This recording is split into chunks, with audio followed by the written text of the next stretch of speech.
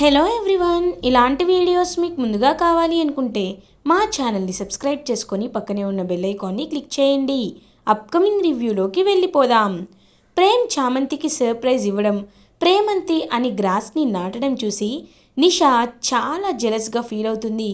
ప్రేమ్ పక్కకి వెళ్ళగానే చామంతిని కొట్టి, అంటే నా కాబోయే భర్తని నువ్వు లాక్కోవాలనుకుంటున్నావా, నీ సంగతి చెప్తాను అని చాలా గట్టిగా చామంతి మెడ పట్టుకుంటుంది నిషా. వెంటనే రమాదేవి, దీనికి ఇలా కాదు, నేను చూసుకుంటాను కదా అని రమాదేవి దూరంగా చామంతిని లాక్కు వెళ్ళిపోతుంది. చూడు, నువ్వు ప్రేమ్తో మాట్లాడినా, ప్రేమ్ వైపు కన్నెత్తి చూసినా నేను ఏం చేస్తానో నాకే తెలీదు. ఏ మర్చిపోయావా? మీ నాన్న జైల్లో ఉన్నాడు, కానీ నాకు జైలర్ దగ్గర నుండి చిన్న కానిస్టేబుల్ వరకు అందరితో నెట్వర్క్ ఉంది. ఒక్క ఫోన్ చేస్తే మీ నాన్న పైకి పోవడం ఖాయం. అప్పుడు త్రిపాఠి చేతిలో పోయేవాడు, ఇప్పుడు నా చేతిలో పోతాడు. కాబట్టి జాగ్రత్తగా ఉండు. ప్రేమ్ వైపు చూసావో అని రమాదేవి గట్టిగా అక్కడ విసిరేసి చామంతిని అక్కడి నుండి వెళ్ళిపోతుంది. అదంతా దూరం నుండి చంద్రిక గమనిస్తుంటే పాపం అత్త అని చంద్రికని హక్ చేసుకుంటుంది చామంతి. చంద్రిక, ఊరుకో, నాకు అర్థమైంది, నువ్వు ఎంత బాధపడుతున్నావో నేను అర్థం చేసుకోగలను చామంతి అని ఏడుస్తూ ఉంటే, అత్త, నేనేం తప్పు చేశానత్త? ప్రేమ్ బాబు నన్ను ప్రేమించడం నా తప్ప అత్త అని అడుగుతుంది పాపం చామంతి. లేదమ్మా, ప్రేమ అనేది తప్పే కాదు, కానీ వీళ్ళు ఆస్తులు అంతస్తుల్ని పక్కన పెట్టి మామూలు కళ్ళతో ప్రేమని చూడలేరు. అదే అదే వీళ్ళు చేస్తున్న తప్పమ్మా అని పాపం అలా చూస్తూ ఉంటారనమాట చంద్రిక. అప్పుడే కరెక్ట్గా ప్రేమ్, చామంతి ఇదిగో నీకోసం అననేలోపు, ప్రేమ్ బాబు మీరు నా వైపు చూడొద్దు, నాతో మాట్లాడొద్దు, మీకు దండం పెడతాను. ఇదివరకు ఎలా ఉన్నారో అలాగే నాతో దూరంగా ఉండండి, ఇంకొకసారి నాతో మాట్లాడకండి అని అక్కడి నుండి వెళ్ళిపోతుంది చామంతి. ఒక్కసారిగా పాపం చామ్ చామ్ ఏమైంది చామ్ అని అడుగుతుంటే పాపం చామంతి ఏమీ చెప్పకుండా అక్కడి నుండి వెళ్ళిపోతుంది. ఏమైంది చామ్కి, మళ్ళీ ఎందుకు తను ఇలా బిహేవ్ చేస్తుంది అని చాలా బాధపడతాడు ప్రేమ్. ఇది ఇలా ఉండగా మార్నింగ్ అవుతుంది. చామంతి ఒకవైపు, ప్రేమ్ ఒకవైపు బాధపడడం చూసి చంద్రిక దేవుడి రూంలోకి వెళ్తుంది. వెళ్ళి అమ్మవారి విగ్రహం ముందు కూర్చొని, అమ్మ కనకదుర్గ, నాకు ఎప్పుడు కష్టం వచ్చినా నేను నిన్నే కోరుకుంటాను. భక్తి శ్రద్ధలతో ఎప్పుడూ నా కోసం కాకుండా హర్ష అయ్య గారి కోసం, నా పిల్లల కోసమే నేను నిన్ను అడుగుతూ ఉంటాను. ఈరోజు ప్రేమ్ బాబు చామంతిని దక్కించుకోలేక ఎంతో బాధపడుతున్నారు. చామంతి కూడా తన మనసులో ఎంత ప్రేమున్నా ప్రేమ్ బాబుకి చెప్పలేక, రమాదేవి వల్ల కొన్ని కారణాల వల్ల తన లోపల ప్రేమని పైకి చెప్పలేకపోతుంది. వాళ్ళిద్దరూ ఇలాగే ఉంటే ఖచ్చితంగా విడిపోతారు. వాళ్ళిద్దరి స్వచ్ఛమైన ప్రేమని నువ్వే కాపాడాలి తల్లి, నువ్వే కాపాడాలి. నిజంగా నా భక్తి నిజమైతే, నేను నీ భక్తురాల్ని అని నిరూపించుకోవాలి అంటే నువ్వే వాళ్ళకి ఏదో ఒక దారి చూపించు, వాళ్ళిద్దరి పెళ్ళి అయ్యేలా చూడు తల్లి అని మనస్ఫూర్తిగా కోరుకుంటుంది చంద్రిక. కరెక్ట్గా అప్పుడే అమ్మవారు తన మానవ రూపంలో వస్తారు. అలా ఇంకా అమ్మవారి రూపంలో నిండు ముత్తైదువుగా రమాదేవి ఇంట్లో అడుగు పెడతారు అమ్మవారు. అలా చామంతి కూర్చొని ఉంటే చేతిలో ఒక కుంకుమ భరణని తీసుకొని చామంతి దగ్గరికి వస్తారు అమ్మవారు. ఇంక చామంతి, అమ్మ మీ పేరు అని అడగగానే, నా పేరు భవానీ, నేను ఈ ఇంటికి వచ్చానమ్మా అని అంటారు. మిమ్మల్ని ఎప్పుడు నేను చూడలేదమ్మా అని అంటారు. కానీ నాకు మాత్రం నువ్వు తెలుసు, నువ్వు కాబోయే లాయర్వి కదా, నువ్వు న్యాయం వైపే ఉంటావంట కదా అని అంటారు. అవునమ్మా, ఇంతకీ మీకు ఏ పనిపై ఈ ఇంటికి వచ్చారు అని అడుగుతారు. ఇదిగో ఈరోజు చాలా విశేషమైన రోజు.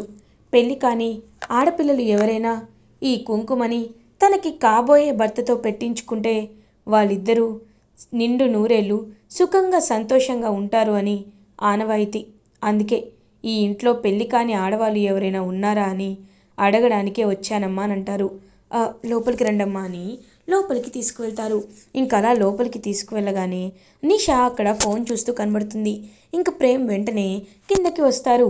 హర్షవర్ధన్ అలా చూస్తూ, అమ్మ చామంతి, ఎవరమ్మా ఆవిడ అని అంటారు. ఈవిడ ఈ పక్కన ఇంట్లో ఉంటుంది, లైక్ గుళ్ళో ఉంటుందంట అయ్యగారు. పెళ్లి కాని వాళ్ళకి ఈ కుంకుమ ఇవ్వడానికి వచ్చారంట అని అంటారు. ఇంకా నిషా, అయితే ఇక్కడ నీకేం పని, అయినా నువ్వు ఈ ఇంటి పని మనిషివి, వెళ్ళు అనేసరికి, చూడండమ్మా, దేవుడి దగ్గర ఉన్నా లేని భేదం ఎప్పుడూ ఉండదు. ఈ కుంకుమ ఆడపిల్లలు ఎవరైనా పెట్టుకోవచ్చు, కాబట్టి తన్ని నేను జాగ్రత్తగా ఉంచాలని చెప్పి ఇంకా అలా కుంకుమనైతే ముందు నిషాకి ఇస్తుంది. ప్రేమ్ ప్రేమ్ అని పిలుస్తుంది. ప్రేమ్ పాపం అలా మెల్లగా కిందకి వస్తాడు. తనకి ఇష్టం లేదు.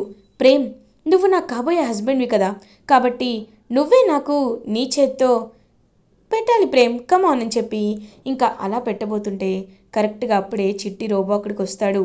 ఏంటో వీళ్ళిద్దరిని చూడలేక చచ్చిపోతున్నాను.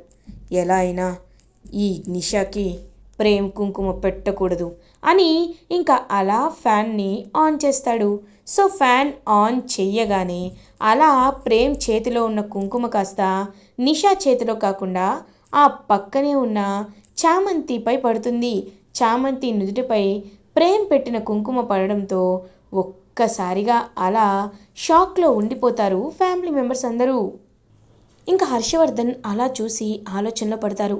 అప్పుడే చామంతి కూడా చూస్తూ ఉంటుంది. నిషా వెంటనే, ఎంత ధైర్యమే నీకు, నువ్విక్కడి నుంచుంటాను కొట్టేలోపు, ఒక్క నిమిషం అని ఆపుతారు అమ్మవారు. ఇంకా నిషా అలా చూస్తూ ఉంటుంది. రమాదేవి కూడా ఏమీ మాట్లాడకుండా అలా సైలెంట్గా ఉండిపోతుంది. ఎవరు నువ్వు, అయినా ఇక్కడికి వచ్చి కుంకుమ ఇవ్వడం ఏంటి అని అంటారు. చూడమ్మా, ఎవరికి ఎవరు రాసి పెట్టున్నారనేది ఎవ్వరికీ తెలీదు, కానీ ఒక్కటి మాత్రం చెప్తున్నాను, ఈ కుంకుమ ఎవరిపై పడితే వాళ్ళకి పెళ్ళి జరగడం తథ్యం. నేను వచ్చిన బాధ్యత అయిపోయింది, వెళ్తున్నానమ్మా అని ఇంకా అలా అమ్మవారు భవాని వెళ్ళిపోతూ ఉంటే చూస్తూ ఉంటుందన్నమాట చామంతి. ఇంకా నిషా, నీకు ఆ దేవుడు కూడా సపోర్ట్ అనుకుంటున్నావు కదా, కానీ ప్రేమ్తో నా పెళ్ళి ఎలా ఆగుతుందో నేను చూస్తాను అని నిషా తన చెవి దగ్గరికి వచ్చి చెప్పి ఇంకా అలా అక్కడి నుండి కుళ్ళుకుంటూ వెళ్ళిపోతుంది. ఇంకా అలా అమ్మవారు భవానీ దగ్గరికి పరిగెత్తుకుంటూ వెళ్తుంది చామంతి. అమ్మ, నిజంగా నిజంగా నాకు నాకు ఆయనతోనే పెళ్ళవుతుందా అని అంటారు. అవును, ఎవరి చేత్తో అయితే నీ కుంకుమ పడిందో ఆయనతోనే నీకు పెళ్ళవుతుంది అనేసరికి ఇంకా అది దూరం నుండి వింటారు హర్షవర్ధన్. ఒక్కసారిగా షాక్లో ఉండిపోతారు. ఇంకా వెంటనే అలా చూస్తూ ఉంటే, అమ్మా చామంతి, ఏ విషయం అమ్మా మాట్లాడుతున్నావు నువ్వు అని అడుగుతారు. ఏం లేదు అయ్యగారు, ఏం లేదు అని పరిగెత్తుకుంటూ అక్కడి నుండి వెళ్ళిపోతుంది చామంతి. ఏదో ఉంది, వీళ్ళు నా దగ్గర ఏదో దాచిపెడుతున్నారు అని హర్షవర్ధన్ క్లియర్గా మనసులో ఒక డౌట్ అయితే వచ్చేస్తుంది. ఇది ఇలా ఉండగా నెక్స్ట్ డే మార్నింగ్ అవుతుంది. ఇంకా అలా చామంతి కూర్చొని ఆలోచిస్తుంటే ప్రేమేమో, చామ్ రా షాప్కి వెళ్దామని అంటారు. లేదు బాబు, నేను రాలేను అని అంటారు. లేదు చామ్, నువ్వు రావాలి, ఎందుకంటే ఇవాళ క్లయింట్తో ఇంపార్టెంట్ మీటింగ్ ఉంది చామ్, నువ్వు మా టీంలో మెంబర్వి కాబట్టి ఖచ్చితంగా రావాలి, పద చామ్ వెళ్దామని చెప్పి ఇంకా అలా ఇద్దరు కలిసి కారులో బయలుదేరుతారు. విజయోస్తు అని అమ్మవారు భవాని వాళ్ళిద్దరూ కారులో వెళ్ళడం చూస్తూ ఉంటారు. కరెక్ట్గా అప్పుడే ఇంకా అలా షాప్కి వెళ్ళగానే క్లయింట్స్తో, మిస్టర్ ప్రేమ్, మీరు ఇచ్చిన డిజైన్స్ అన్నీ చాలా అంటే చాలా యూనిక్గా ఉన్నాయి. ఇదంతా చూస్తుంటే మీకు ఇంకొక డీల్ కూడా ఉంది, అది 5 crores డీల్, అది కూడా మీకే ఇవ్వాలి అని మేము ఫిక్స్ అయ్యామని ఎంతో హ్యాపీగా చెప్తారు. సో ఇంకా అలా ప్రేమ్ చాలా హ్యాపీగా ఫీల్ అవుతుంటే కరెక్ట్గా అప్పుడే గుణ ఏమో జైల్లో ఉంటాడు. త్రిపాఠి, గాడ్ ఈజ్ గ్రేట్ అని ఎప్పుడు అంటాను, కానీ ఈరోజు మాత్రం గాడ్ ఈజ్ నాట్ గ్రేట్ అని అంటారు. ఎందుకు డాడ్, మనకి నెట్వర్క్ లేదా? నేను ఆల్రెడీ కొంతమంది రౌడీలతో మాట్లాడి పెట్టాను డాడ్, మనం సుఖంగా లేనప్పుడు ఆ చామంతి కూడా ఎందుకు ఎందుకు బాగుండాలి, అందుకే చామంతిని ఆ ప్రేమ్ గాడిని పైకి పంపేసేలా నేను డిసైడ్ అయిపోయాను డాడ్ అని అంటారు. ఒక్కసారిగా అలా షాక్ అయిపోతాడు త్రిపాఠి. అంటే అనంటే, అవును, రౌడీలతో మాట్లాడి పెట్టాను కాబట్టే ఇప్పుడు వాళ్ళు వాడిని వేసేస్తారు అనేసరికి ఇంకా అలా ఎంతో అంటే ఎంతో హ్యాపీగా రౌడీలైతే చామంతి వాళ్ళ దగ్గరికి వెళ్తారు. చామంతి ప్రేమ్ ఇద్దరు ఇంకా కారులో వెళ్తూ ఉంటే వాళ్ళ కారుపై అటాక్ అయితే జరుగుతుంది. చామంతి ప్రేమ్ ఇద్దరు బాబు ఎవరో మనపై అటాక్ చేస్తున్నారు బాబు అనేసరికి ఖచ్చితంగా ఇది ఆ త్రిపాఠి వాళ్ళ పని అయ్యుంటుంది చామ్, నువ్వేమీ కంగారు పడద్దు, నేనున్నాను కదా, నేను నేను వెళ్తానని చెప్పి ఇంకా అలా బయలుదేరుతారనమాట. మొత్తం వాళ్ళని తప్పించుకొని వాళ్ళని బాగా కొట్టి కొట్టి కార్ని అటు ఇటు తిప్పి తప్పించుకునేసరికి ఒక ఫారెస్ట్ లైక్ ఏరియాలోకి వెళ్ళిపోతారు చామంతి అండ్ ప్రేమ్. కరెక్ట్గా అప్పుడే కార్ అనేది ఆగిపోతుంది. ఇంకా అలా ప్రేమ్ చామంతి ఇద్దరు ఒక క్యాంప్ ఫైర్ వేసుకొని అందులో కూర్చొని ఉంటారు. ఇంకా అలా బాబు ఇప్పటికే చాలా లేట్ అయింది, ఏం చేయాలో అర్థం కావట్లేదు బాబు అని అంటుంది చామంతి. చామ్, నువ్వేం కంగారు పడద్దు, నేనున్నాను కదా, నేనేదో ఒకటి చేస్తాను, ఈ దారి తెలుసుకోవడం కొంచెం కష్టమే కాకపోతే అని ఇంకా చుట్టూ వెతుకుతూ ఉంటాడనమాట ప్రేమ్. కానీ ఎక్కడ దారి అయితే దొరకదు. ఇంకా అలా చామంతితో చామ్, నువ్వు అసలే చాలా అలసిపోయావు, ఇదిగో నేను నీకోసం ఉయ్యాల కడతాను, ఈ ఉయ్యాల తీసుకో అని చెప్పి ఉయ్యాలలో చామంతిని పడుకోబెట్టి ఇంకా ప్రేమ్ మాత్రం అలా కింద పడుకుంటాడు. పాపం చామంతి ప్రేమ్ వైపు చూస్తూ మహారాజు లాంటి మీరు ఎంత మంచివారు బాబు, కనీసం నేను పని వాళ్ళని మీరు ఉన్న వాళ్ళని కూడా కాదు, మీరు నన్ను పైన పడుకోమని మీరు కింద పడుకుంటున్నారు, ఇక్కడే అర్థమవుతుంది మీరు ఎంత మంచివారో అని పాపం అలా చూస్తూ ఉంటాడనమాట ప్రేమ్ వైపు చామంతి.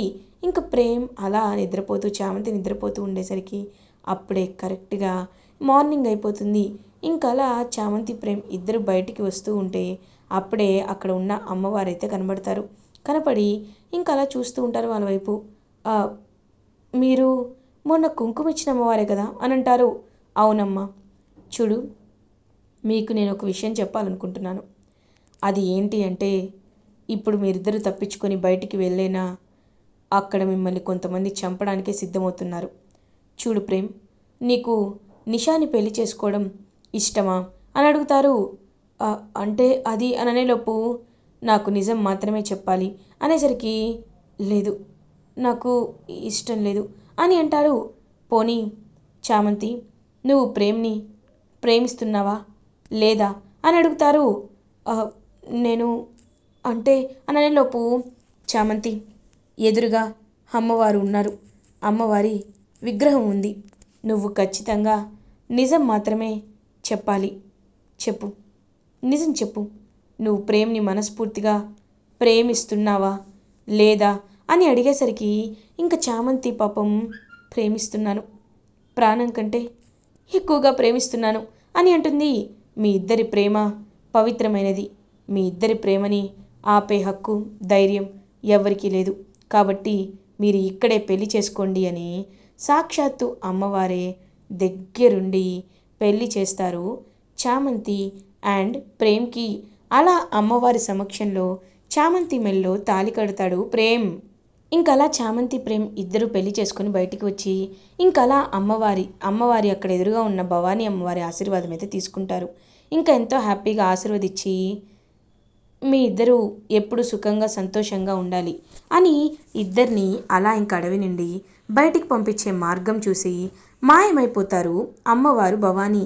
ఇంకా అలా చామంతి ప్రేమ్ ఇద్దరు పెళ్లి దండలతో ఇంటికి వస్తారు. రమాదేవి ఒక్కసారిగా షాక్లో ఉండిపోతుంది. హర్షవర్ధన్ ఏమో అంటే నేను అనుమానించింది నిజమేనన్నమాట అని ఎంతో అంటే ఎంతో హ్యాపీగా ఫీల్ అవుతారు. రేయ్ ప్రేమ్, ఏం చేస్తున్నావురా నువ్వు, ఈ పనిదాన్ని పెళ్లి చేసుకొని వస్తావరా అని కొట్టబోతుంటే ఒక్కసారిగా ఇంకా హర్షవర్ధన్ రమాదేవి చేయి పట్టుకుంటారు. ఏంట్రమా, ఎందుకు ఎందుకు నువ్వు ప్రేమ్పై చేయి చేసుకోవాలనుకుంటున్నావు, అయినా ప్రేమ్ చేసిన దానిలో తప్పేముంది, ప్రేమ్ చామంతిని ప్రేమిస్తే పెళ్లి చేసుకోవడంలో తప్పేముంది అని అంటారు హర్షవర్ధన్. ఏంటి హర్ష, నువ్వు కూడా అలా మాట్లాడుతున్నావేంటి, అయినా ప్రేమ్ ఎంత ఎంత స్టేటస్ కలిగినవాడు, అలాంటిది ఈ చామంతిని పెళ్లి చేసుకుంటాడా అని అంటారు. ఇంక వెంటనే చంద్రిక అయినా ప్రేమకి చూడాల్సింది ఆస్తులు అధికారాలు కాదమ్మా, మనసు అని అంటారు. నువ్వు నోరు మూయి చంద్రిక, నిన్నిక్కడ ఎవ్వరూ అడగటం లేదు, నువ్వు నోరు మూసుకో, అయినా ఈ ప్రేమ్ నా ఇంటి వారసుడిగా ఎప్పుడు ఫెయిల్ అవుతూనే ఉన్నాడు, ఇదిగో ఇప్పుడు ఈ పందాన్ని పెళ్లి చేసుకొని ఇప్పుడు కూడా ఫెయిల్ అయ్యాడు. పోవే పోవే బయటికి అని అనేసరికి వాళ్ళు ఎక్కడికి వెళ్ళరు రమా, ఇక్కడే ఉంటారు. చూడు, నువ్వు కూడా ఈ ఇంట్లో ఒకప్పుడు ఏ స్థాయిలో ఉండేదానివో మర్చిపోయావా?